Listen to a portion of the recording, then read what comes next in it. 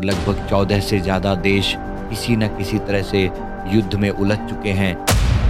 जब पूरी दुनिया में तीसरे विश्व युद्ध की सुगबुगाहट हो रही है, तो सवाल ये उठता है कि क्या भारत इससे अछूता रह पाएगा।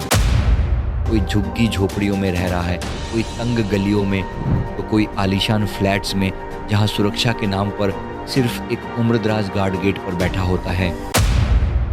जरा कल्पना कीजिए कि किसी युद्ध या बड़ी इमरजेंसी के कारण अगर इंटरनेट बंद हो जाए तो क्या होगा। एटीएम काम नहीं करेंगे, बैंक बंद होंगे और आपके अकाउंट में पड़े लाखों रुपए किसी काम के नहीं रहेंगे। आज की पीढ़ी, हमारे बच्चे बिना फ़ोन या इंटरनेट के एक दिन भी नहीं रह सकते। नेटवर्क जाते ही उन्हें घबराहट होने लगती है। यह एक बहुत खतरनाक संकेत है। आज लगभग हर घर में कोई न कोई बीपी, शुगर या किसी अन्य बीमारी से पीड़ित है। हम पूरी तरह से एलोपैथी और फार्मेसी पर निर्भर हो गए हैं, जिनका कच्चा माल ज़्यादातर बाहर से आता है। अगर सप्लाई चेन टूट गई तो दवाइयाँ मिलना मुश्किल हो जाएगा।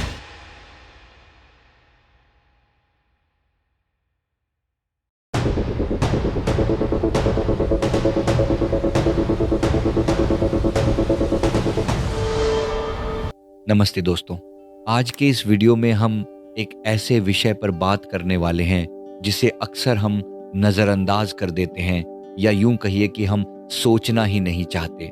लेकिन जिस तरह से दुनिया भर के हालात बदल रहे हैं, जगह जगह युद्ध के सायरन बज रहे हैं और लगभग 14 से ज़्यादा देश किसी न किसी तरह से युद्ध में उलझ चुके हैं, तो क्या हमें भी अब थोड़ा सोचने की ज़रूरत नहीं है। जब पूरी दुनिया में तीसरे विश्व युद्ध की सुगबुगाहट हो रही है, तो सवाल ये उठता है कि क्या भारत इससे अछूता रह पाएगा। जरा सोचिए, हम एक ऐसे देश में रहते हैं जहां 140 करोड़ से ज़्यादा आबादी है। कोई झुग्गी झोपड़ियों में रह रहा है, कोई तंग गलियों में, तो कोई आलीशान फ्लैट्स में, जहां सुरक्षा के नाम पर सिर्फ एक उम्रदराज गार्ड गेट पर बैठा होता है। हमारे यहाँ ना तो स्विट्जरलैंड की तरह हर घर में बंकर हैं, न ही सरकार हमें आसानी से बंकर बनाने या हथियारों का लाइसेंस देती है। तो ऐसे में अगर कल को हालात बिगड़ते हैं, तो हम अपने और अपने परिवार की सुरक्षा कैसे करेंगे।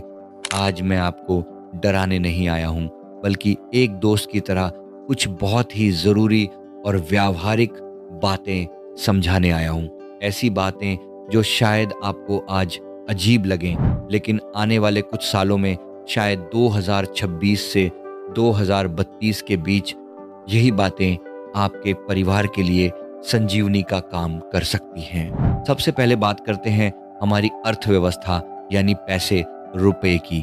आज हम सब डिजिटल हो गए हैं। जेब में कैश नहीं होता, बस फोन निकाला और यूपीआई से पेमेंट कर दी। बहुत अच्छी बात है, जेब में कैश नहीं होता, सुविधा है। लेकिन जरा कल्पना कीजिए कि किसी युद्ध या बड़ी इमरजेंसी के कारण अगर इंटरनेट बंद हो जाए तो क्या होगा। एटीएम काम नहीं करेंगे, बैंक बंद होंगे और आपके अकाउंट में पड़े लाखों रुपए किसी काम के नहीं रहेंगे। आप भी सड़क पर खड़े उस इंसान के बराबर हो जाएंगे जिसकी जेब खाली है। इसलिए आज से ही एक छोटी सी आदत डालिए। अपने घर के मासिक खर्च का कम से कम 4-5 महीने का पैसा कैश के रूप में घर पर सुरक्षित रखना शुरू करें। 500 के बड़े नोटों के बजाय 50, 100 या 200 के छोटे नोट ज्यादा रखें। इसे एक इमरजेंसी फंड या पुराने जमाने की गुल्लक समझें, जिसे आप भूल जाएंगे और सिर्फ तभी तोड़ेंगे जब वाकई बहुत बड़ी जरूरत होगी। अगर जरूरत न पड़े तो ये आपके ही पास सुरक्षित रहेगा। दूसरी बात, टेक्नोलॉजी पर हमारी निर्भरता। आज की पीढ़ी, हमारे बच्चे बिना फोन या इंटरनेट के एक दिन भी नहीं रह सकते। नेटवर्क जाते ही उन्हें घबराहट होने लगती है। यह एक बहुत खतरनाक संकेत है। अपने बच्चों के साथ थोड़ा समय बिताइए, उनके साथ लूडो, कैरम या चेस खेलिए। उन्हें बिना इंटरनेट के भी खुश रहना सिखाइए, ताकि अगर कभी ऐसी स्थिति आए जहां तकनीक काम न करे तो वे मानसिक रूप से टूट न जाएं। तीसरा और सबसे अहम पहलू है हमारा खान पान। क्या आपको याद है, पहले हमारे घरों में अनाज की बड़ी बड़ी टंकियां होती थीं। साल भर का गेहूं, चावल, दालें भर कर रखी जाती थीं। आज हमने वो सब छोड़ दिया है और हम रोज की रोज बाजार से सामान लाते हैं, लेकिन संकट के समय में यही चीजें सबसे पहले बाजार से गायब होती हैं। इसीलिए धीरे धीरे अपने घर में 6 महीने से लेकर 1 साल तक के अनाज का स्टॉक बनाना शुरू करें। पुरानी दालों का इस्तेमाल करते जाएं और नया स्टॉक लाते रहें। आलू, प्याज जैसी चीजें जो जल्दी खराब नहीं होती, उन्हें भी थोड़ा ज्यादा मात्रा में रखें। और हाँ, अगर हो सके तो एक छोटी सी चक्की भी घर में रख लें जो बिना बिजली के भी आपका काम चला सके। चौथी महत्वपूर्ण बात है हमारी सेहत और दवाइयाँ। आज लगभग हर घर में कोई ना कोई बीपी, शुगर या किसी अन्य बीमारी से पीड़ित है।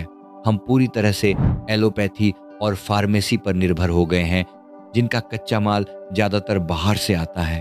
अगर सप्लाई चेन टूट गई तो दवाइयाँ मिलना मुश्किल हो जाएगा।